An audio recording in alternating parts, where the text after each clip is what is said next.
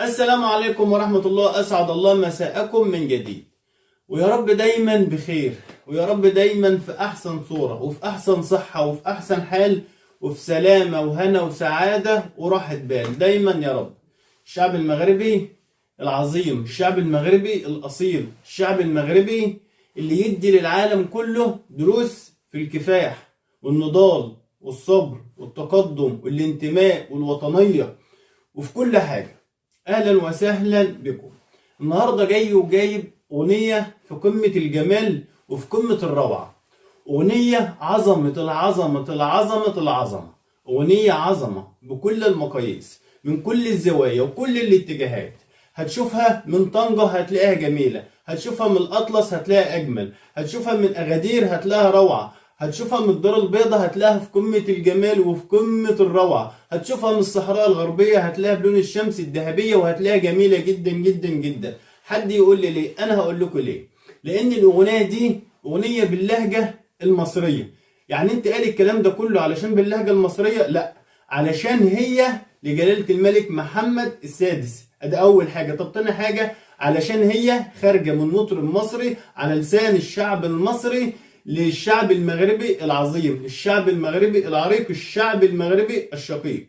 والاغنيه دي طبعا اللي غناها الفنان العظيم امير الغناء العربي الفنان هاني شاكر. الفنان هاني شاكر عمل اغنيه في قمه الجمال وفي قمه الروعه، بتبين قد ايه حبنا للشعب المغربي، بتبين قد ايه ودنا وعشقنا للشعب المغربي الجميل العظيم، بتبين قد ايه وحدتنا، بتبين قد ايه الترابط، بتبين قد ايه ان احنا في افراح بعض ومناسبات بعض بنكون واقفين وبنكون متواجدين وبنكون دايما في الصوره، بنكون في اول الصفوف. وبتبين قد ايه الشعب المغربي ده شعب جميل جدا وشعب واعي وشعب مثقف وشعب عظيم وشعب في قمه الجمال وفي قمه الادب والذوق وفي قمه الروعه واخلاق عاليه جدا جدا جدا. ادي حاجه كمان، لكن اهم حاجه ان هي لجلاله الملك محمد السادس. وجلالة الملك محمد السادس مش أي حاجة تتقال له، مش أي حاجة تتغنى له، لأن الراجل ده، لأن الملك ده العظيم ده جلالة الملك محمد السادس فعلا يضرب به الأمثال في كل العالم، في كل الشعوب. رئيس أو ملك بمعنى الكلمة. بتشوف فيه الهيبة، بتشوف فيه العظمة، بتشوف فيه الكبرياء، بتشوف فيه الشخصية، بتشوف فيه التعنت، بتشوف فيه كل حاجة جميلة، بتشوف فيه كل الصور الجمالية فيه.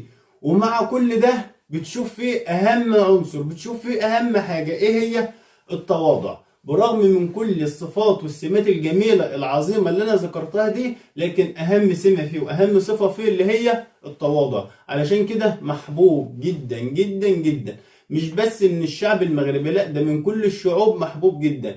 ودايما مواقفه بتبان مع العالم كله. يعني اي بلد، اي دولة يحصل فيها ازمة، يحصل فيها محنة، يحصل فيها ظروف صعبة، بتلاقيه متصدر المشهد، متصدر الترندات الانسانية، بتلاقيه موجود وبيدعم وبيساند. وبالفعل الراجل ده او الملك العظيم ده محبوب من الشعب المغربي ومن كل الشعوب. الملك اللي الشعب بيحسه اخ ليهم، بيحسه اب ليهم، بيحسه حد منهم، حد قريب منهم، ينزل يتمشى في الشارع عادي جدا وسطهم ويتصوروا معاه ويقابلوه عادي بدون حراسة بدون اي حاجة، لان في ثقة ما بينهم، في حب ما بينهم، في امان ما بينهم.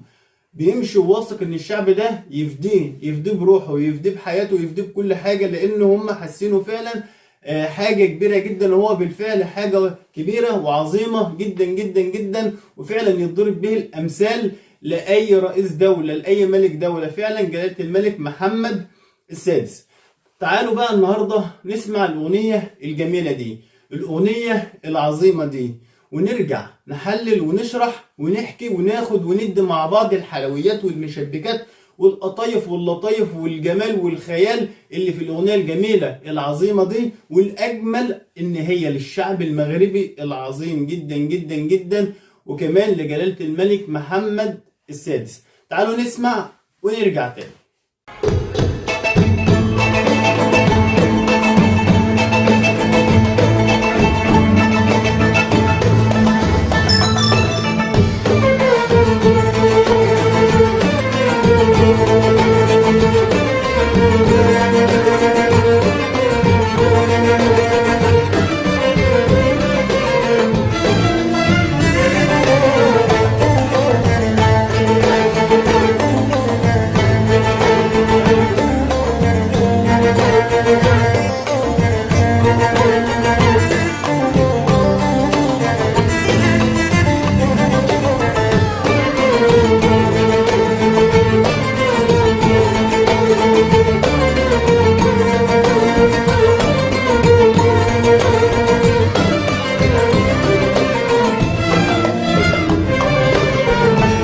نعمل ملوك يا ملكنا يا رافع راسنا ورايتنا، نعمل ملوك يا ملكنا يا رافع راسنا ورايتنا، مولاي محمد السادس الله يديم لينا، ورايتنا يا ملكنا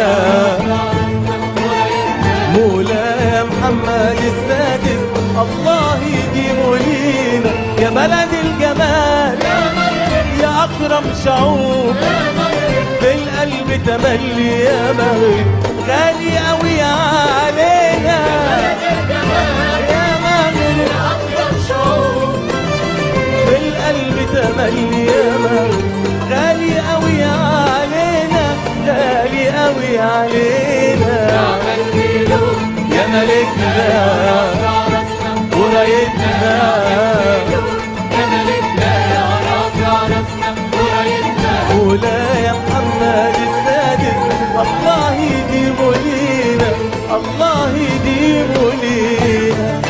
سمعنا كلنا الجمال والعظمة، نعمل ملوك يا ملكنا يا رافع راسنا ورايتنا، مولاي محمد السادس الله يديمه لينا، الله يحفظه لينا، الله يرعاه لينا ويخليه لينا، مولاي محمد السادس جلالة الملك محمد السادس. كلمات في منتهى الجمال، كلمات في منتهى الروعة، اشمعنى؟ لأنها في الملك الجميل العظيم ده. هنا جلالة الملك محمد السادس هو يعني اللي طغى ببريقه وجماله على كلمات الأغنية، هو اللي ادى كلمات الأغنية دي اداها طابع جميل جدا واداها قوة واداها هيبة من شخصيته هو، علشان الكلام الجميل ده مكتوب في جلالة الملك محمد السادس. نعمل ملوك يا ملكنا.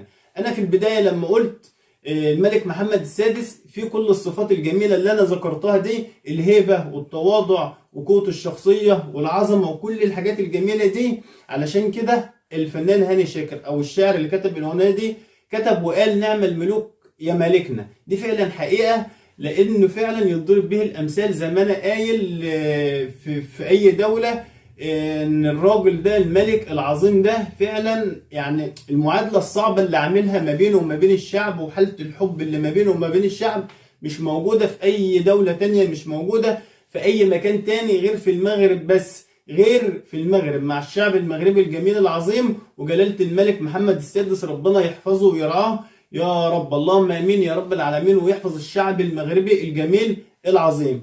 تعالوا نسمع علشان نرجع نكمل كلامنا، تعالوا نسمع.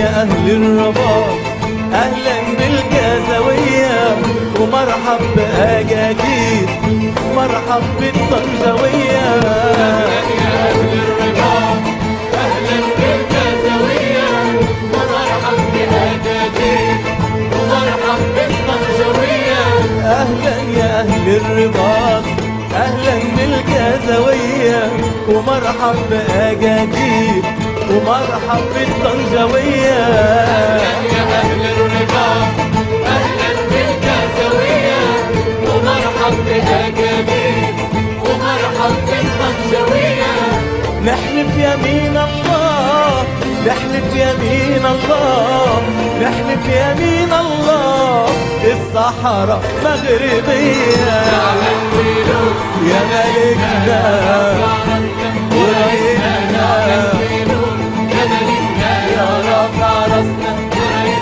مولاي محمد السادس الله يديم لينا.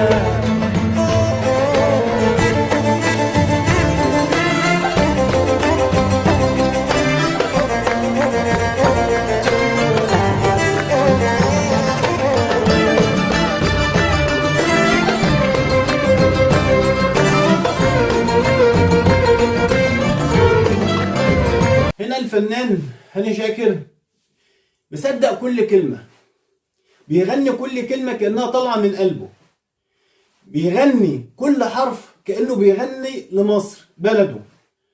الفرحة والبهجة والابتسامة باينين على إحساسه، صدق مشاعره باين على ملامحه، على تعبيرات وشه، على صوته. كل كلمة هو مصدقها، كل كلمة مكتوبة هو مصدقها. الجمل اللحنية عايشها وبينطقها بجوارحه وإحساسه ومشاعره. وتفاعل الجمهور معاه في قمة الجمال وفي قمة الروعة. وهو ذات نفسه قال في تصريحات إن هو اتفاجئ واتخض من الجمهور الكبير ده، اتخض من الأعداد المهولة دي، اتخض من الجمهور العظيم ده. وقال بعظمة لسانه، قال إن أنا قدام الجمهور المغربي العظيم ده في الحفلة دي بالذات، قال إن هو حس أو جاله إحساس إن هو أول مرة يقف على خشبة مسرح، وكان متوتر جدا وكان قلقان جدا، لحد ما الجمهور بدأ يتفاعل معاه وياخد ويدي معاه، وخلاص بقى الدنيا تمام، غنى وجلجل وانبسط وسلطنهم وهم اتسلطنوا، وكانت حفلة في قمة الجمال وفي قمة الروعة. لكن أنا هنا اللي عاجبني اختياره للكلمات، اختياره للحن، اختياره للتوزيع الموسيقي. اشمعنى اختياره للحن والكلمات والتوزيع الموسيقي؟ لأنه الأغنية دي يعني عبارة عن هدية للشعب المغربي، وهدية لجلالة الملك محمد السادس. طب الاتنين العظماء دول هتهديهم بإيه؟ يعني الاتنين دول أغلى من أي هدية. فدي فعلا كانت معادلة صعبة، علشان كده كان لازم يختار كل كلمة ويختار كل حرف بيقوله. والكلام هنا عظيم جدا، وانا اللي عاجبني جدا طبعا بيرحب بالطنجوية وبيرحب بأغادير. والجملة اللي عجبتني جدا جدا جدا، لأن الجملة دي يعني قصف جبهة، وبصوا بترد على ناس كتيرة قوي بتزعل من الجملة دي. قال نحلف يمين الله، نحلف يمين الله، نحلف يمين الله، الصحراء مغربية. تعالوا نكمل ونرجع نكمل العظمة دي. تعالوا.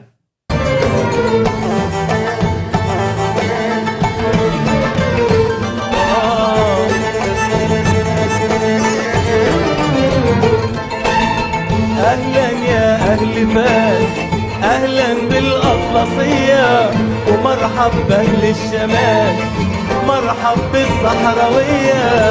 أهلا يا أهل فاس، أهلا بالأطلسية، ومرحب بأهل الشمال، ومرحب بالصحراوية.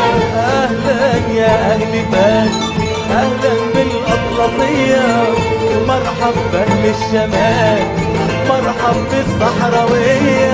أهلا يا أهل فاس، أهلا بالأطلسية، ومرحب بأهل الشمال، ومرحب بالصحراوية.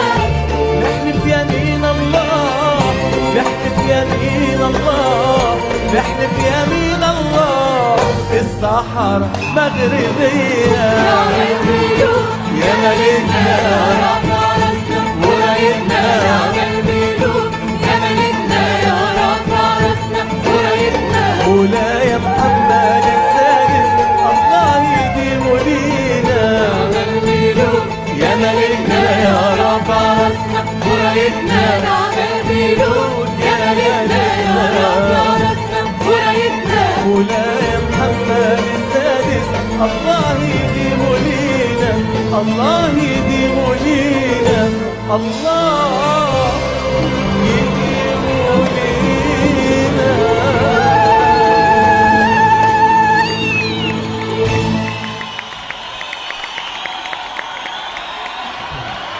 يا مرحب بأهل فاس والأطلسية والرباط وكل مدن المغرب الجميلة العظيمة، كل مدن المغرب، كل مكان في المغرب. لأن أي مدينة في المغرب والله تعتبر عاصمة، تعتبر فعلا عاصمة، دي حقيقة. أنا اللي عجبني في الموضوع إحساسه بالموضوع، صدقه في الموضوع، اختياره للكلمات. وهو كان ذكي جدا هنا حاجة بتبين قد إيه إن هو فعلا رايح يهادي أجمل شعب، ويهادي أجمل وأعظم ملك في مستوى بص على مستوى العالم وعلى مستوى التاريخ كله. يعني افتحوا كتب التاريخ كده مش هتلقوا حد في قمة وفي جمال وفي روعة وفي عظمة وفي أدب وفي احترام وفي ذوق وفي أخلاق وفي تواضع جلالة الملك محمد السادس، ربنا يرعاه ويحفظه ويحميه يا رب. الراجل ده كان ذكي في حاجة جدا. الراجل هنا لما اختار اللي يكتب الكلام ده، اختار الشاعر هنا عبد الكريم، شاعر مصري، واختار الملحن الكبير جدا الموسيقار وليد سعد، وهو ملحن مصري، والموزع الجامد جدا عادل عايش. اختار دول. طبعا هو هنا شاف القصد ده، الثلاثي ده، هما اللي عملوا اغنيه لو سالتك انت مصري تقول لي ايه؟ قول لي مصري وابن مصري وكل مصر الله عليه. اغنيه في قمه الجمال وفي قمه الروعه. فهو هنا لما اتكلم معاهم وقعد معاهم قال لهم احنا لازم نطلع بحاجه اقوى من دي، نطلع بحاجه جميله جدا. احنا طالعين نخاطب اجمل شعب وارق شعب، وشعب جميل جدا وحبيبنا اشقائنا. احنا بنغني لنفسنا، بنغني لبلدنا، ما بنغنيش حاجه البلد، مش رايحين نأدي واجب، مش رايحين نعمل حفله والسلام. وبنخاطب جلاله الملك محمد السادس. ففعلا طلعوا اجمد واحسن واروع ما عندهم. وجلاله الملك كرم الفنان هاني شاكر وكان مبسوط منه جدا جدا. وبعد كده بقى ايه، خد له لفه بقى في المغرب الجميله والمدن الجميله، ولف لفته ولبس الزي المغربي الجميل، وكان مبسوط وكان فرحان جدا جدا جدا جدا. وما كانش عاوز يرجع من المغرب، من عظمه المغرب والاستقبال وحسن الضيافه والناس والحفله والجمهور وجلاله الملك واستقباله وجماله وروعته وادبه وذوقه واخلاقه وتواضعه. انا اصلا محتار اقول ايه ولا ايه ولا ايه ولا ايه، لكن مش هقدر اتكلم في نهايه الحلقه دي غير بحاجه واحده بس. ربنا يحفظ جلاله الملك يا رب محمد السادس، ويرعاه ويحميه ويديله الصحه دايما يا رب، ويحفظ الشعب المغربي الجميل العظيم. وخمسه وخميسه في عين اي حد مش كويس، واي حد بيحسد، واي حد عينيه يتدب فيها رصاصه مش كويسه. وفي نهايه الحلقه دي انا استمتعت جدا جدا جدا معاكم، وارجو انتوا كمان تكونوا استمتعتوا واتبسطتوا يا رب. وغدا يتجدد لقاءنا ان شاء الله في موضوع جديد او اغنيه جديده. وفي الختام سلام.